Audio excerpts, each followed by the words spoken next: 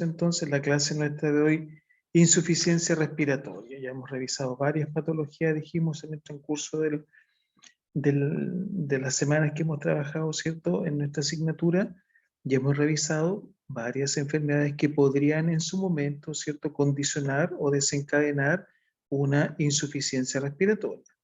Recordamos las neumopatías, recordamos, ¿cierto?, la tuberculosis, recordamos las alteraciones de la ventilación alveolar, recordamos, ¿cierto?, también el derrame pleural, el enfisema pulmonar, es decir, causas que podrían desencadenar o evolucionar, mejor dicho, hacia una insuficiencia respiratoria. Pero antes recordamos de empezar a conversar de nuestro tema puntual, ¿cierto?, de insuficiencia respiratoria, el tema que nos convoca. Vamos a recordar algunas definiciones que son muy importantes, ¿cierto?, a la hora del estudio de nuestro tema de insuficiencia respiratoria, recordarlos.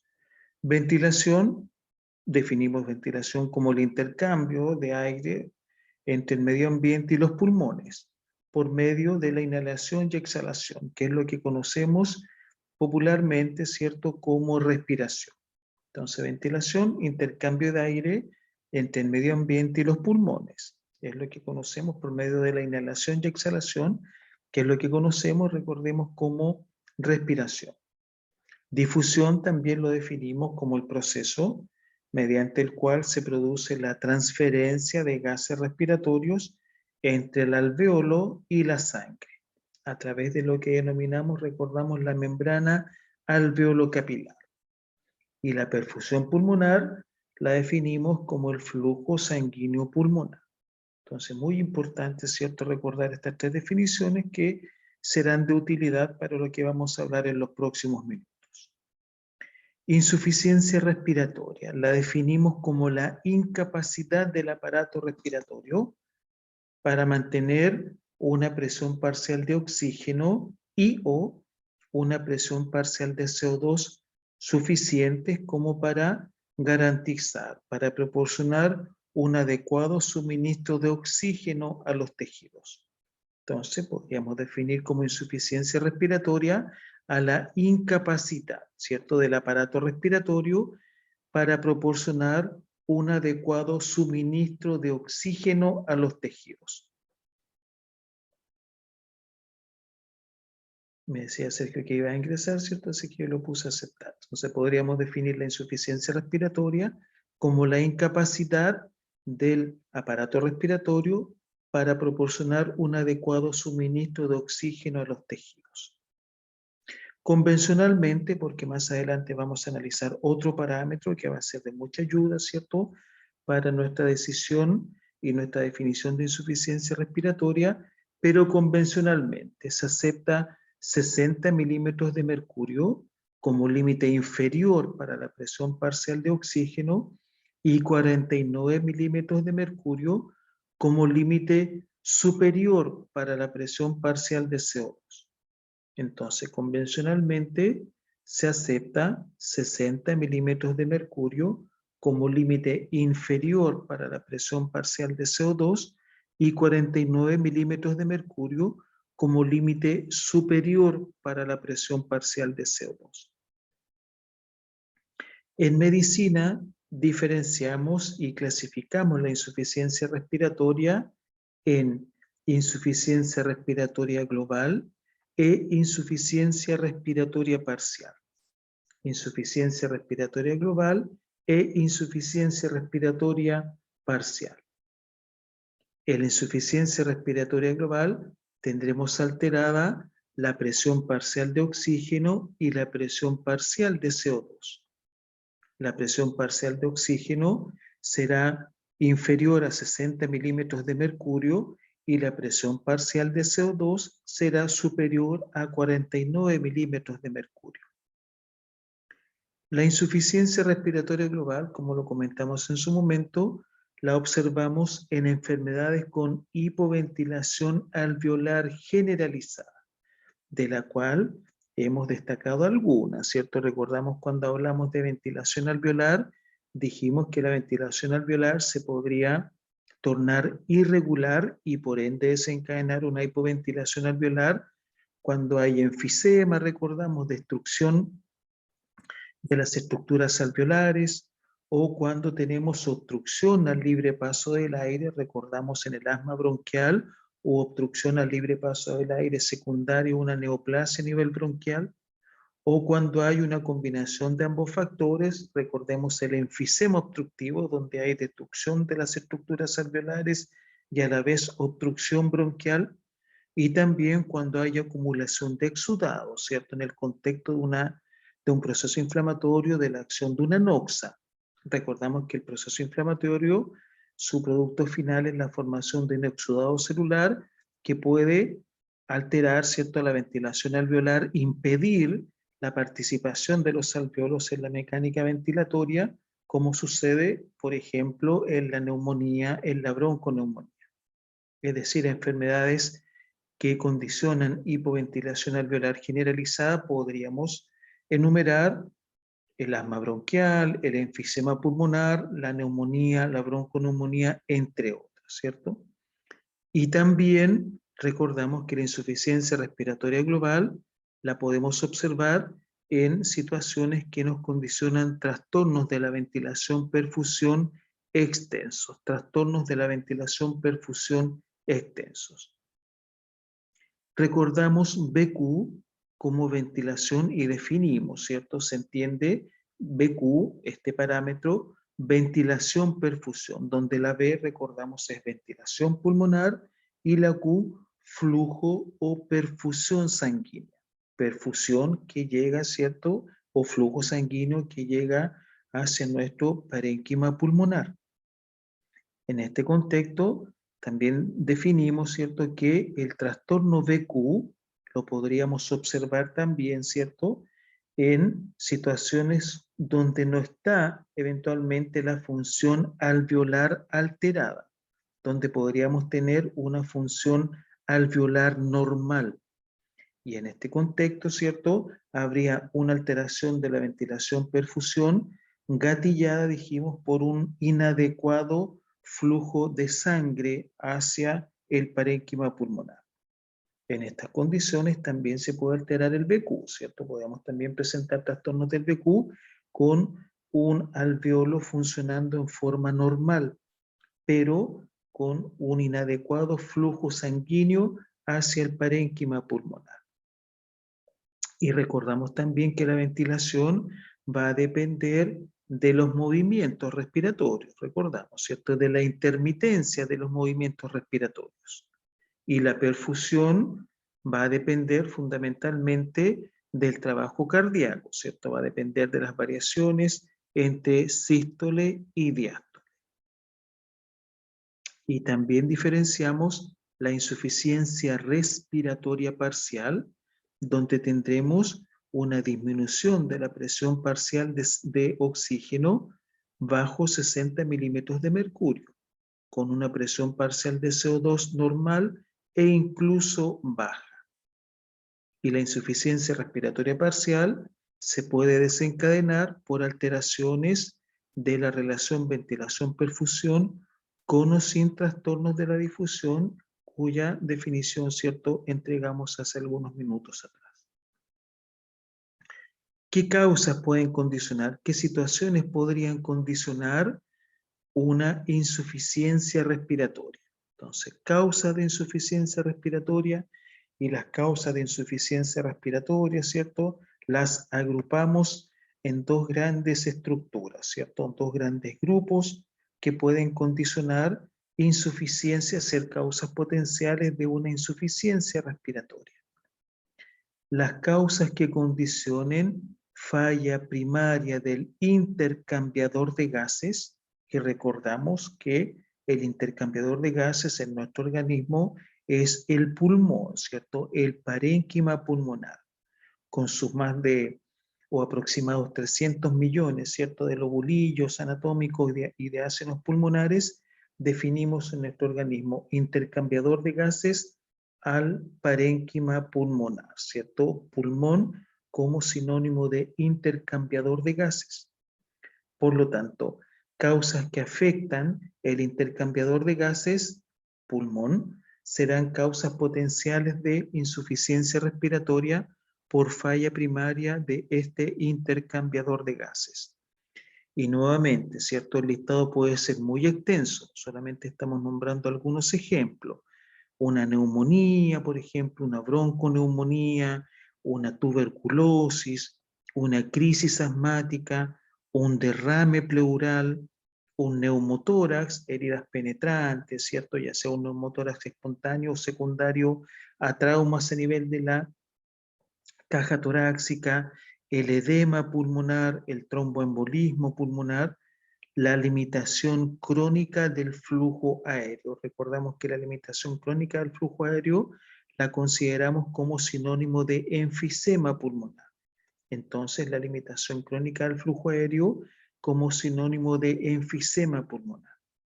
Es decir, múltiples causas que afecten el intercambiador de gases podrían ser causas potenciales de una insuficiencia respiratoria por falla primaria del intercambiador de gases. Pero recordamos también que hay un segundo grupo de causas no menos importantes de insuficiencia respiratoria por falla primaria de la bomba ventilatoria. Por falla primaria de la bomba ventilatoria. Y recordamos que la bomba ventilatoria está compuesta por el centro respiratorio a nivel del sistema nervioso central, los músculos respiratorios, dijimos, el diafragma, la musculatura abdominal, los músculos intercostales, la caja torácica, la columna vertebral, las estructuras neuromusculares, que recordamos son las que inervan desde el sistema nervioso central, ¿cierto?, hasta nuestra musculatura respiratoria. Entonces, si es que hay una falla primaria en cualquiera de las estructuras de nuestra bomba ventilatoria, centro respiratorio, músculo respiratorio, ya sea diafragma, abdominal, intercostales, caja torácica, columna vertebral o en sus efectos estructuras neuromusculares, también serán causas potenciales de una insuficiencia respiratoria, pero en este caso por falla primaria de la bomba ventilatoria.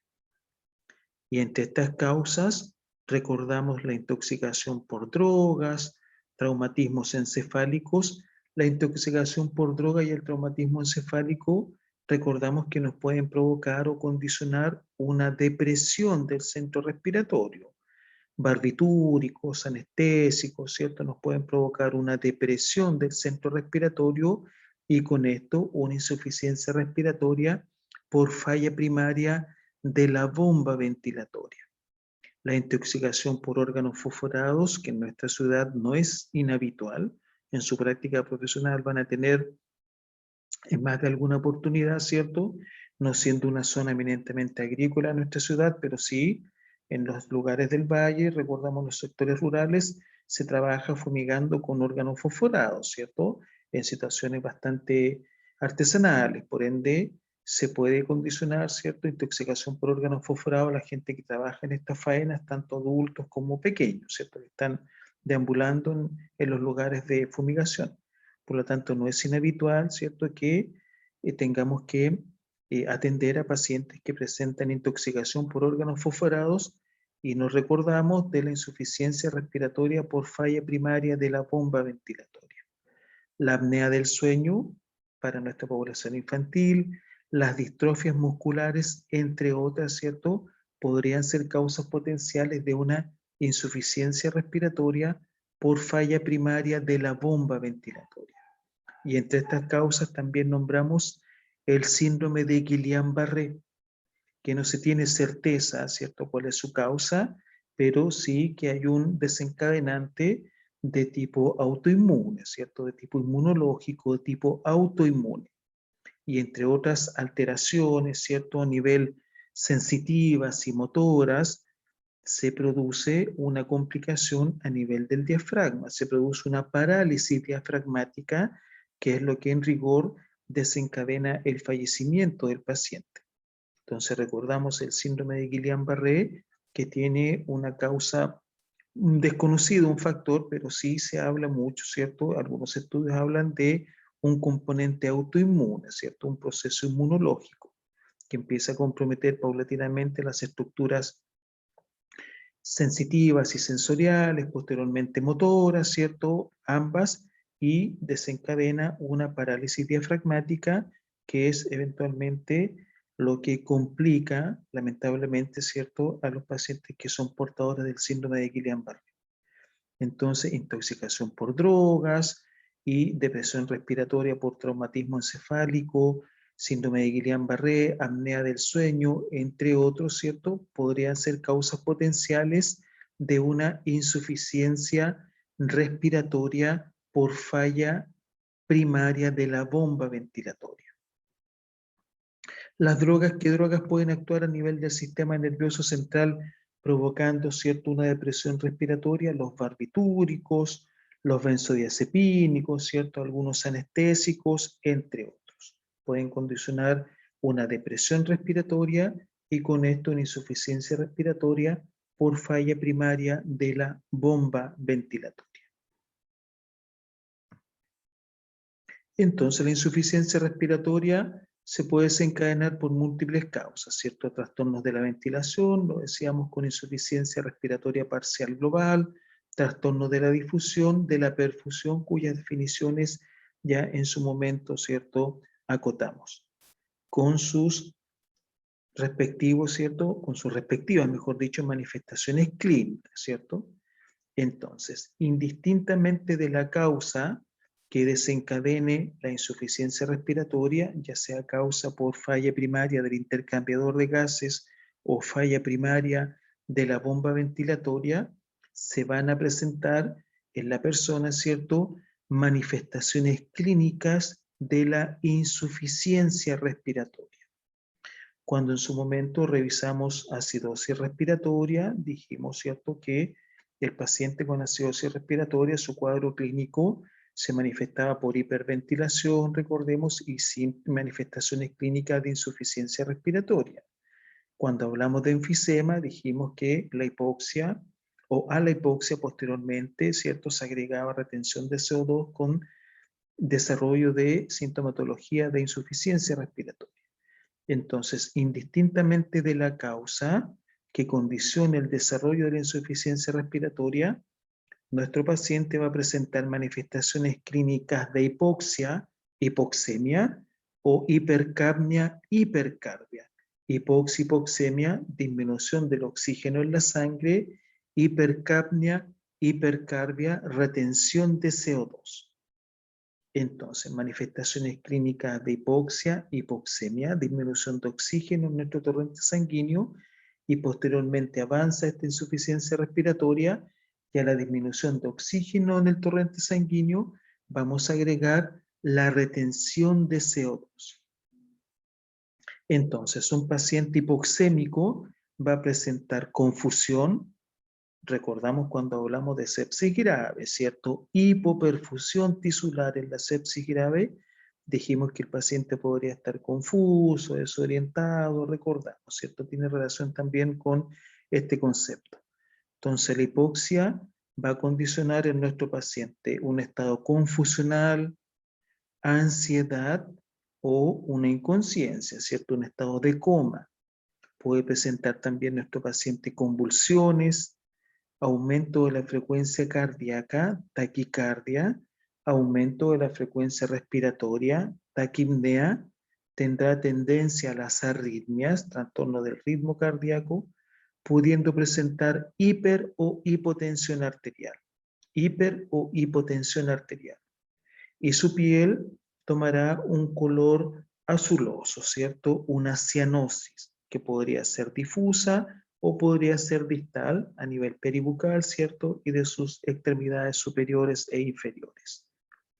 Entonces, el paciente con hipoxia presentará confusión, ansiedad, inconsciencia, lo que conocemos como estado de coma, taquicardia, aumento de la frecuencia cardíaca, taquipnea, que es el aumento de la frecuencia respiratoria, arritmias, tendencia a las arritmias, hiper o hipotensión arterial, cianosis, ¿cierto? Que es el color azuloso de su organismo o sus extremidades. y podría presentar convulsiones. Si recordamos hace algunos días atrás, ¿cierto? En el contexto de la Copa Europea, ¿cierto? Recordamos que el jugador danés Eriksen, los más futbolizados, ¿cierto? En rigor los varones, pero también las damas futbolizadas, vieron imágenes cuando él se desploma, ¿cierto? Se desploma, recordamos, y empieza en algún momento a convulsionar, posteriormente no tenía pulso, ¿cierto? No respiraba, no tenía pulso, es decir, estuvo en rigor clínicamente muerto por algunos minutos, ¿cierto? Lo reanimaron, recordámosle, lo desfibrilaron, perdón, lo asistieron ahí en el césped. Afortunadamente, él está ahora, cierto, bien. Pero como respuesta a su hipoxia, presentó convulsiones, después hizo un paro cardiorrespiratorio, ¿cierto? Con todas las características que le asisten a esta emergencia médica. Entonces, manifestaciones de hipoxia, confusión, ansiedad, convulsiones, coma, taquicardia, taquipnea, cianosis, arritmias, hiper o hipotensión. Posterior a la hipoxia o hipoxemia, tendremos retención de CO2, hipercapnia o hipercapnia. Y las manifestaciones clínicas de la hipercapnia serán la cefalea, que es un dolor de cabeza, ¿cierto? Que es un parámetro característico para la hipercapnia que no la tenemos en la hipoxia. La confusión y las convulsiones y la confusión también la podríamos observar en la hipoxemia, ¿cierto? La podríamos observar en la hipercapnia, pero también la observamos en la hipoxemia. Las arritmias también la podríamos observar en la hipoxia y en la hipercapnia, y en la hipercapnia tendremos mayor tendencia a la hipotensión. Y también en la hipercapnia observaremos mioclonías, que son contracciones musculares, y la asterixis. Interesante, ¿cierto? Esta manifestación denominada asterixis, que es en rigor, es la extensión o flexión dorsal máxima de las manos y los dedos. Es como una suerte de un movimiento, un flapping, ¿cierto? Es como un aleteo en rigor. Entendemos asterixis como aleteo, como flapping, que es en rigor extensión o flexión dorsal máxima de manos y dedos, ¿cierto? Un movimiento muy característico que hace el paciente con sus manos, que denominamos asterixis. Entonces, la asterixis, las mioclonías y la hipotensión y la cefalea serían características para la hipercapnia en contraposición a la hipoxia. La retención de CO2 produce cefalea, cierto dolor de cabeza. ¿Y por qué hacemos el alcance? Porque algunos estudios en el contexto de COVID y la utilización, cierto, por largas horas durante el día y por varios días a la semana y por varias semanas durante los meses, ¿cierto? Nos ha condicionado retención también de CO2, ¿cierto? El hecho de que utilicemos mascarilla condiciona también que retengamos CO2. Por eso es que en algunas situaciones, ¿cierto? Al final de la jornada podríamos presentar cierta cefalea, cierto dolor de cabeza, posterior a la utilización gran parte del día, ¿cierto? De horas de mascarilla, que tiene relación con este punto también, ¿cierto? Que es en rigor la retención de CO2. La retención de CO2 nos puede condicionar, ¿cierto? También cierto grado de cefalea. Entonces, muy característico, ¿cierto?, el cuadro clínico de la hipoxia y característico el cuadro clínico de la hipercapnia. Y por ende, si nuestro paciente, ¿cierto?, presenta un estado de insuficiencia respiratoria que la definimos como la incapacidad del aparato respiratorio de llevar oxígeno, ¿cierto?, a nuestros tejidos, debemos proveer, ¿cierto?, de una buena oxigenación tisular. Entonces, nuestra insuficiencia respiratoria, el tratamiento de nuestra insuficiencia respiratoria tiene como objetivo la mantención de una oxigenación tisular, de una oxigenación de los tejidos compatible con la vida. Administramos oxígeno, ¿cierto? Indudablemente tenemos que descubrir la causa, tratar las causas, pero la insuficiencia respiratoria en rigor la tratamos con oxigenoterapia. Entonces, el tratamiento que persigue es, el tratamiento que se persigue en la insuficiencia respiratoria tendrá como objetivo mantener, garantizar una oxigenación tisular, una oxigenación de los tejidos compatible con la vida. Por ende, corregimos la hipoxemia con oxigenoterapia. Administramos oxígeno, ¿cierto? Debemos indicar oxígeno con una presión parcial de oxígeno bajo 60 milímetros de mercurio. Entonces, oxigenoterapia, corregimos la hipoxemia y administramos oxígeno, oxigenoterapia, con una indicación, ojalá, ¿cierto?, objetivizada con una presión parcial de oxígeno bajo los 60 milímetros de mercurio. Vamos a observar muy poco esto, ¿cierto? Sería lo ideal tener la presión parcial de oxígeno para que a partir de ahí pudiésemos tomar la decisión de la oxigenoterapia. Sin embargo, por X circunstancia, no siempre tenemos la presión parcial de oxígeno y tomamos decisiones en función de la administración de oxígeno con ayuda de nuestro saturómetro. Recordamos este aparatito, ¿cierto? De mucha utilidad, sobre todo ahora en el tiempo de pandemia, ¿cierto? Nuestro saturómetro, ¿cierto? Que es un reservorio que le colocamos al paciente que nos permite evidenciar su oxigenación. Saturómetro o también llamado oxímetro de pulso. El oxímetro de pulso y saturación, ¿cierto? Oxímetro, perdón, de pulso y saturación. Entonces, podemos también tomar la decisión en base a la administración de oxígeno al paciente por el resultado confiable que nos aporta nuestro saturómetro, nuestro oxímetro de pulso, nuestro saturómetro, ¿cierto?, que nos entrega el porcentaje de oxígeno que en ese minuto tendrá nuestro paciente. El saturómetro no nos permite medir ventilación, por cuanto no nos da el CO2. No podemos medir el intercambio, ¿cierto? No podemos medir el CO2, por lo tanto, el saturómetro, que es una pregunta que le hacen después cuando ustedes pasan en hospital, ¿cierto? Sus profesores, el saturómetro no nos permite medir ventilación, porque no nos da el CO2, pero sí nos permite medir oxigenación, que en rigor nos arroja información, ¿cierto?, válida, confiable para tomar decisiones también terapéuticas. Un paciente que esté con nuestro saturómetro, ¿cierto?, saturando 90, 91%, ya sería indicación de oxigenoterapia.